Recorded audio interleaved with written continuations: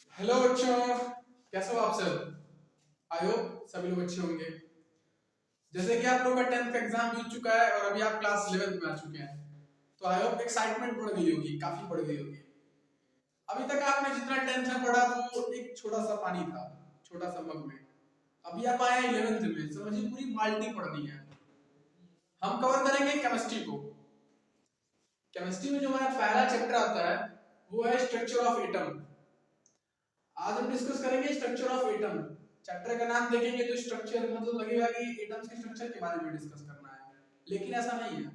सिर्फ स्ट्रक्चर को ही नहीं पढ़ेंगे, एटम्स को पूरा पढ़ेंगे, पूरा डिटेल में पढ़ेंगे। एटम की एक्चुअली एटम होता क्या है, इसकी बिहेवियर क्या है, क्या क्या क्वालिटीज है एटम की, क्या क्या बिहेवियर है, और इसकी पूरी बायोडाटा हम पढ़ेंगे। स्टार्ट करते हैं ये जानते हुए कि हमारे इस पूरे चैप्टर में जो हमारा मेन मेन टॉपिक्स है, जो मेन पॉइंट्स है, जिसको हमको कवर करना है पूरे लेक्चर में, उसमें हम कवर करेंगे। चूंकि ये हमारा इंट्रोडक्शन लेक्चर है, इंट्रोडक्टरी लेक्चर है, तो डिटेल में नहीं बट ब्रॉड में आपको टॉपिक्स बता देते हैं कि किस किस टॉपिक पे हम इस पूरे चैप्टर को कवर करेंगे। तो जब स्ट्रक्चर ऑफ एटम की हम स्टार्ट करते हैं तो सबसे पहले हम वहां पे टॉपिक्स पढ़ेंगे कि एटम्स होता क्या है, एटम्स के सब एटॉमिक पार्टिकल्स क्या है, फंडामेंटल पार्टिकल्स क्या है, एटम्स को कैसे डिवाइड किया गया, ये सब चीजें जब पढ़ लेंगे तब जाके हम आते हैं सबसे अपना जो पहला टॉपिक है कि discovery of electron proton neutrons. अब जब हम बता रहे हैं इलेक्ट्रॉन प्रोटॉन न्यूट्रॉन्स की डिस्कवरी को, तो हम आपको बताएं कि इलेक्ट्रॉन प्रोटॉन न्यूट्रॉन्स इन्हीं को हम लास्ट में जहां बोलेंगे तो बोलेंगे फंडामेंटल पार्टिकल्स। इसी को हम बोलते हैं फंडामेंटल पार्टिकल्स। यानी कि एटम्स के जितने फंडामेंटल पार्टिकल्स हैं, जो इलेक्ट्रॉन प्रोटॉन न्यूट्रॉन है, इनकी डिस्कवरी कैसे हुई, इसको हम ब्रॉड में डिटेल में इस पूरे लेक्चर में, आने वाले लेक्चर में कवर अप करेंगे। अब जो हमारी अगली यूनिट टॉपिक्स है वो है एटॉमिक मॉडल। जब आप एटम पढ़ेंगे, एटम्स के सब atomic particles means fundamental particles पढ़ लिए, उनकी डिस्कवरी पढ़ेंगे। इन चीजों को कवर अप करने के बाद हम पढ़ेंगे atomic model. Atomic models means के व्हाट, कि डिफरेंट डिफरेंट साइंटिस्ट अपने अकॉर्डिंग एटम्स को कैसे डिस्क्राइब करते हैं। लाइक अगर मैं आपसे बोलूं कि आपने ताजमहल देखा, तो आपके दिमाग में इमेज आएगा कि ताजमहल कैसा है। मैं बोलूं आपसे चलो क्रिकेट खेलते हैं, तो क्रिकेट के नाम में आपको क्या आएगा कि क्रिकेट की बैट होती है, बॉल होती है। सेम वे में जब हम केमिस्ट्री में बात करते हैं एटॉमिक मॉडल की, तो एटम के मॉडल यानी एटम के स्ट्रक्चर के बारे में बात करेंगे। तो डिफरेंट डिफरेंट साइंटिस्ट ने अपनी अपनी थ्योरी और ड्रॉबैक्स जिनके निकले, उनके अकॉर्डिंग उनके एटॉमिक मॉडल्स को और उनके ड्रॉबैक्स को पढ़ेंगे।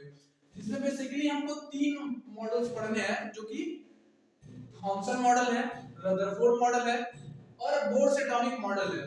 अब जब ये तीन मॉडल्स को आप पढ़ लेंगे ना, तो आगे लास्ट में आता है क्वांटम मैकेनिकल मॉडल, जो कि अपडेटेड है। इन चारों का, तीनों का अपडेटेड मॉडल है। जब मॉडल ऑफ एटम पढ़ लेंगे, एटॉमिक स्ट्रक्चर मॉडल पढ़ेंगे, फिर हम आगे जब बढ़ेंगे तो वहां पे हम पढ़ेंगे electric magnetic radiation and Planck quantum theory. यहाँ पे हम क्या क्या पढ़ेंगे, electromagnetic radiation and Planck's quantum theory, जिसमें हम प्लैंक्स क्वांटम थ्योरी के बारे में डिस्कस करेंगे आगे बढ़ेंगे। तो फिर वहां हम डिस्कस करेंगे कि रेडिएशन क्या होता है, क्यों इलेक्ट्रोमैग्नेटिक, किसी भी एटम से इलेक्ट्रॉन पर्टिकुलर में इलेक्ट्रोमैग्नेटिक रेडिएशन क्या होता है, किसी पर्टिकुलर एटम का क्वांटम नंबर क्या होता है, इस सब चीजों को हम इन चीजों में कवर अप करेंगे। फिर जब लेक्चर हम आगे ले चलेंगे तो वहां हम पढ़ेंगे photo electric effect and features of atomic spectra. ठीक, फोटो इलेक्ट्रिक इफेक्ट जब बात की जाएगी फोटो इलेक्ट्रिक इफेक्ट की, तो वहां पे हम आएंगे, जब लेक्चर में स्टार्ट करेंगे तो हम ये देखेंगे कि एटम्स को कैसे इलेक्ट्रॉन्स इमिट करवाया जाता है, उन सब चीजों को डिस्कस करेंगे। फिर पर्टिकुलर एक एटम पे क्या क्या चीजें आती हैं, किस तरीके से उनकी फर्दर डिस्कस की जाती हैं, उनको हम इस टॉपिक्स में डिस्कस करेंगे। क्योंकि ये हमारा इंट्रोडक्टरी लेक्चर है, तो मैं इसको काफी डिटेल में ब्रॉड में नहीं बता रहा हूँ आपको। जब लेक्चर स्टार्ट किया जाएगा, क्योंकि इंट्रोडक्टरी है, तो फिर मैं आपको समरी में लाइक एक्सप्लेन कर दे रहा हूँ। बट जब लेक्चर हमारा मेन लेक्चर स्टार्ट होगा, तो पर्टिकुलर एक एक वीडियो पे मैं आपको एक एक टॉपिक्स पे लेक्चर रिकॉर्ड करके देता जाऊंगा। तो photoelectric effect, features of atomic spectrum पढ़ लेंगे, देन आगे जाएंगे तो फिर हमको डी ब्रॉगली रिलेशन पढ़ना पड़ेगा, जिसमें डी ब्रॉगली रिलेशन पढ़ेंगे, हाइड्रोजन अनसर्टेनिटी प्रिंसिपल पढ़ेंगे। क्योंकि ये सब सारे क्या होते हैं, इंपॉर्टेंट होते हैं, ये सब बहुत इंपॉर्टेंट होते हैं, हर एग्जाम से इससे क्वेश्चन बनते ही बनते हैं। जितने आप एग्जाम्स आगे देंगे उसमें, चाहे कॉम्पिटिटिव लेवल पे आगे जाए आप, उससे डी ब्रॉगली रिलेशन से आपको क्वेश्चन मिल जाएंगे, हाइजेनबर्ग अनसर्टेनिटी प्रिंसिपल से क्वेश्चन मिल जाएंगे। फिर जब इन सब टॉपिक्स को आप कवर अप करेंगे देन आगे बढ़ेंगे। तो जब आप इतने लेक्चर को पढ़ लेंगे, इतने लेक्चर को, तो फिर जाके आप atomic orbital in term of quantum number, फिर जाके क्वांटम नंबर की बात आती है, जो कि ये काफी मोस्ट इंपॉर्टेंट माना जाता है अपने आप में। रीजन क्या है कि जब आप एटम पढ़ लिए, उसके सब एटॉमिक पार्टिकल्स पढ़ लिए, कि जिसको हम फंडामेंटल पार्टिकल्स कहते हैं, फंडामेंटल पार्टिकल्स की डिस्कवरी को पढ़ेंगे कि इनकी डिस्कवरी किस किस तरीके से, किस किस एक्सपेरिमेंट से हुई। आगे चल के फिर हम देखेंगे कि एटम्स को कैसे अरेंज किया गया, किन किन साइंटिस्ट ने क्या क्या एक्सपेरिमेंट के अकॉर्डिंग अपने अनुसार से लॉज बनाए, रेगुलेशंस बनाए कि एटम्स को हम कैसे अरेंज करें, उनके क्या क्या ड्रॉबैक्स रहे। इन चीजों को अरेंज करने के बाद, इतना पढ़ने के बाद, फिर हम उसके क्वांटम मैकेनिकल मॉडल पे आए। क्वांटम मैकेनिकल मॉडल पढ़ने के बाद फिर हम रेडिएशन पढ़े, इलेक्ट्रोमैग्नेटिक रेडिएशन एटम पे कैसे होता है, प्लैंक क्वांटम थ्योरी पढ़ेंगे, फिर जाके इलेक्ट्रॉन इमिशन पढ़ेंगे, फोटोइलेक्ट्रिक इफेक्ट पढ़ेंगे, फीचर्स ऑफ एटॉमिक स्पेक्ट्रा पढ़ेंगे, वगैरह वगैरह, और भी कई सारे इसमें सब एटॉमिक सब टॉपिक्स हैं जिसको आप डिस्कस करेंगे। फिर जाके हमको जब ये क्वांटम नंबर आता है, क्योंकि ये बहुत इंपॉर्टेंट है, आगे जब लेक्चर में आपको डिटेल में बताएंगे, तो वहां पे इन नीचे की 4-5 टॉपिक से हर साल का क्वेश्चन बनता ही बनता है, जिसमें atomic orbital in term of quantum number है, बाउ प्रिंसिपल है, पाउली एक्सक्लूजन प्रिंसिपल है, hoods rules of maximum multiplicity है। चलिए आगे स्टार्ट करते हैं। इंट्रोडक्शन में मैंने आपको पूरा टॉपिक्स बता दिया था कि क्या क्या चीजें कवर अप करनी है। अभी मैं आपसे चैप्टर स्टार्ट करता हूँ। तो एटम्स के बारे में सबसे पहले जान लेते हैं कि एटम क्या होता है। ठीक, बात करते हैं किसकी, एटम की। ठीक, तो जब हम एटम की बात करते हैं तो हम डेफिनेशन एकदम सिंपल जो डेफिनेशन देते हैं, बेसिक में डेफिनेशन देते हैं, तो उसमें लिखते हैं हम स्मॉलेस्ट और basic unit of any matter और पार्टिकल। ठीक, कि जब भी किसी पार्टिकुलर मैटर की बात करते हैं, उसकी जो बेसिक या फिर स्मॉलेस्ट जो यूनिट होती है, उसको हम एटम कहते हैं। ठीक, फॉर एग्जांपल, मान लीजिए एग्जांपल के तौर पे, ठीक है, सपोज ये हमारा कोई ऑब्जेक्ट है, लाइक क्यूब ही है, मान लीजिए suppose this is the cube. ठीक, मान लिया कि कोई क्यूब है। ठीक, तो क्यूब है तो ये क्या हो गया, हमारा एक ऑब्जेक्ट हो गया। ठीक, ये ऑब्जेक्ट है, चूंकि इसकी साइज दिख रही है कि हाँ ऑब्जेक्ट कोई है, क्यूब है, खड़ा है। बट देखिए एटम क्या होता है, वो नेग्लिजिबल होता है, non negligible. It means that not seen by naked eye, naked eye. It means हम ऐसे अपनी नॉर्मल आई से इस एटम को देख नहीं सकते। इट मींस देखिए जो हमारा ऑब्जेक्ट है ये क्या हो गया, एक मैटर हो गया। और मैंने आपसे क्या बोला कि स्मॉलेस्ट एंड और basic unit of any matter या पार्टिकल, ये तुम्हारा मैटर हो गया। तो फिर ये कई सारे एटम से मिलके बना होगा। ठीक, कई सारे एटम से मिलकर बना होगा, इसके अंदर बहुत सारे एटम्स होंगे। ठीक, तो इसकी जो बेसिक यूनिट्स है, बेसिक यूनिट्स या फिर स्मॉलेस्ट यूनिट, उसी को हम क्या बोलेंगे, एटम। ठीक, ये होता है हमारा एटम। ठीक, जो कि काफी छोटा होता है, इन द सेंस कि इतनी छोटी होती है कि वो हम अपनी नॉर्मल आई से देख नहीं सकते, और ये नेचर में फ्रीली एग्जिस्ट नहीं करती है। ये ध्यान रखिएगा, not freely exist in nature, nature में ये फ्रीली एग्जिस्ट नहीं करती है। ये था हमारा एटम। अब जब हम आगे बढ़ते हैं, एटम जान लिए, एटम पढ़ लिए कि एटम होता क्या है, तो जब बात किए तो एटम बोले हम कि स्मॉलेस्ट यूनिट या फिर जो सबसे छोटी यूनिट या फिर बेसिक यूनिट जो हमारी है किसी भी पार्टिकल या फिर मैटर की, उसको हम एटम कहते हैं। ठीक, अब जब आगे बढ़ते हैं तो एटम को डिवाइड भी करते हैं, क्योंकि एटम के सब एटॉमिक पार्टिकल्स भी होते हैं। एटॉमिक पार्टिकल्स की बात करेंगे।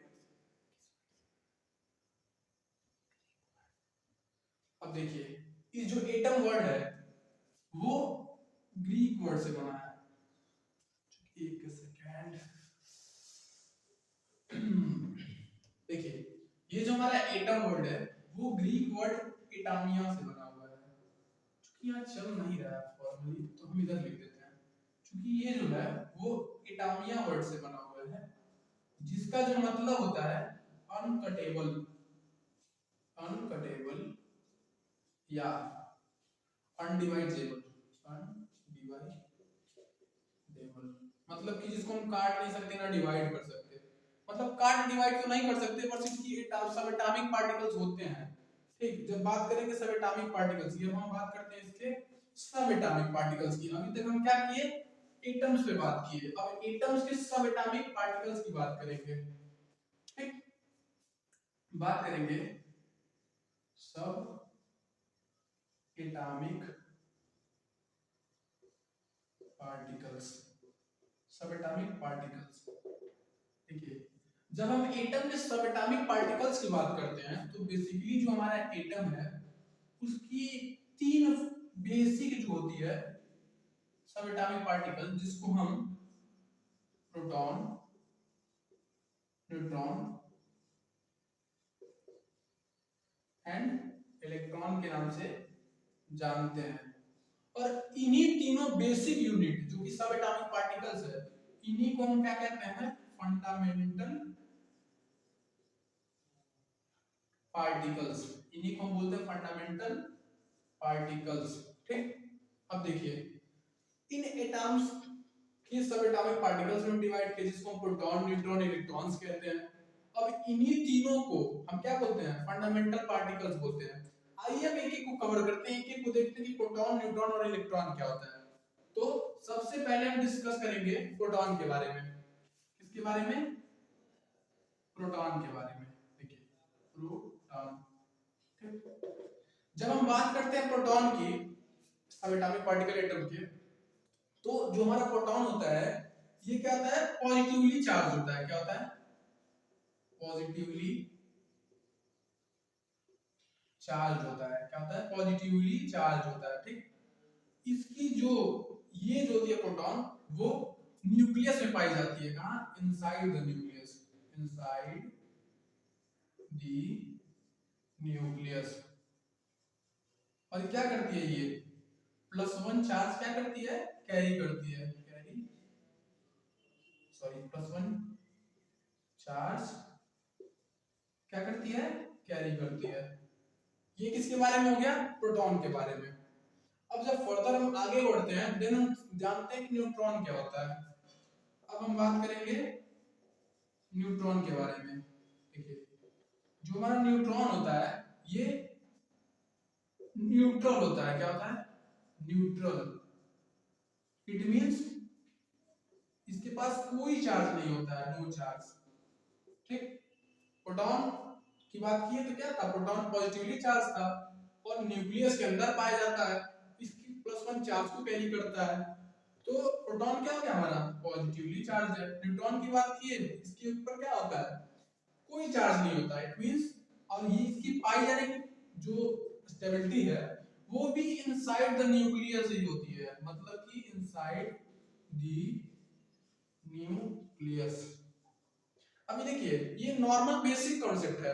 अभी जब आगे बढ़ेंगे जहां पे discovery of electron, proton, neutron पढ़ेंगे, उसके बाद हम एटॉमिक मॉडल्स पढ़ेंगे, तो वहां पे हम आपको बताएंगे कि ये क्यों हम बोल रहे हैं कि इनसाइड द न्यूक्लियस है। यहाँ पे तो हम आपको डायरेक्टली लिख दिए कि न्यूक्लियस के इनसाइड है। इट मींस कि हम कह दिए आपको कि प्रोटॉन और ये न्यूट्रॉन जो है वो न्यूक्लियस है और इसके आउटसाइड में यहाँ कहीं न कहीं इलेक्ट्रॉन प्रेजेंट है। बट हम ये क्यों कह रहे हैं, ये हम आगे आपको जब एटॉमिक मॉडल्स पढ़ाएंगे तो वहां पे हम आपको एक्सप्लेन करेंगे कि हम यहाँ क्यों लिखे इनसाइड द न्यूक्लियस है। तो इस चीज पे मत ध्यान दीजिएगा कि क्यों हम डायरेक्टली बोल दे रहे हैं कि इनसाइड द न्यूक्लियस है, या फिर इलेक्ट्रॉन को भी हम जब बताएंगे तो आउटसाइड द न्यूक्लियस कह देंगे। क्यों, क्योंकि अब जब हम आपको एटॉमिक्स मॉडल पढ़ाएंगे, क्योंकि हम आपको बेसिक्स पढ़ा रहे हैं, इसका चार्ज क्या होता है, क्या कहां पाई जाने की प्रोबेबिलिटी है, तो यहाँ हम बता रहे हैं। अब बात करेंगे इलेक्ट्रॉन की। इलेक्ट्रॉन की देखिए जो हमारा इलेक्ट्रॉन होता है वो क्या होता है, निगेटिवली चार्ज होता है। क्या होता है, निगेटिवली चार्ज होता है, निगेटिवली चार्ज होता है। ठीक, और ये कहां पाया जाता है, outside the nucleus, outside the nucleus पाया जाता है। और इसके ऊपर जो चार्ज होता है नेगेटिव वन चार्ज कैरी करता है, चार्ज कैरी करता है। ठीक, अब देखिए एक बार समराइज कर लेते हैं। सबसे पहले हमने क्या आपको बताया, एटम बताया। एटम्स को क्या बताया कि किसी पार्टिकल या फिर मैटर का जो बेसिक या फिर स्मॉलेस्ट यूनिट होता है वो एटम होता है। एटम्स नेचर में फ्रीली एग्जिस्ट नहीं करता है। एटम्स जो है वो ग्रीक वर्ड एटामिया से मिलकर बना हुआ है, जिसका मतलब अनकटेबल या फिर अनडिवाइजेबल होता है। एटम्स की जब हमने सब एटॉमिक पार्टिकल्स में डिवाइड किए, जिसके हमने सब तीन बेसिक पार्टिकल्स देखे, सब एटॉमिक पार्टिकल्स जिसको हम प्रोटॉन, न्यूट्रॉन, इलेक्ट्रॉन कहते हैं। ठीक, इन्हीं बेसिक तीन यूनिट को ही हम फंडामेंटल पार्टिकल्स भी कहते हैं। अब इन फंडामेंटल पार्टिकल्स के बारे में जब हम बात की तो बताया प्रोटॉन क्या होता है, हमारा पॉजिटिवली चार्ज होता है, इस न्यूक्लियस के इनसाइड पाया जाता है और +1 चार्ज कैरी करता है। जब हमने बात किया न्यूट्रॉन की, तो न्यूट्रॉन जो होता है वो न्यूट्रल होता है, इसके ऊपर कोई चार्ज नहीं होता है, ये भी इनसाइड द न्यूक्लियस पाया जाता है। अब जब आगे बढ़े तो हमने इलेक्ट्रॉन के बारे में आपको बताया, तीसरा और आखिरी सब एटॉमिक पार्टिकल यानी फंडामेंटल पार्टिकल्स के बारे में। इलेक्ट्रॉन चूंकि नेगेटिवली चार्ज होता है और ये न्यूक्लियस के आउटसाइड रिवॉल्व करता है, और ये नेगेटिव वन चार्ज कैरी करता है।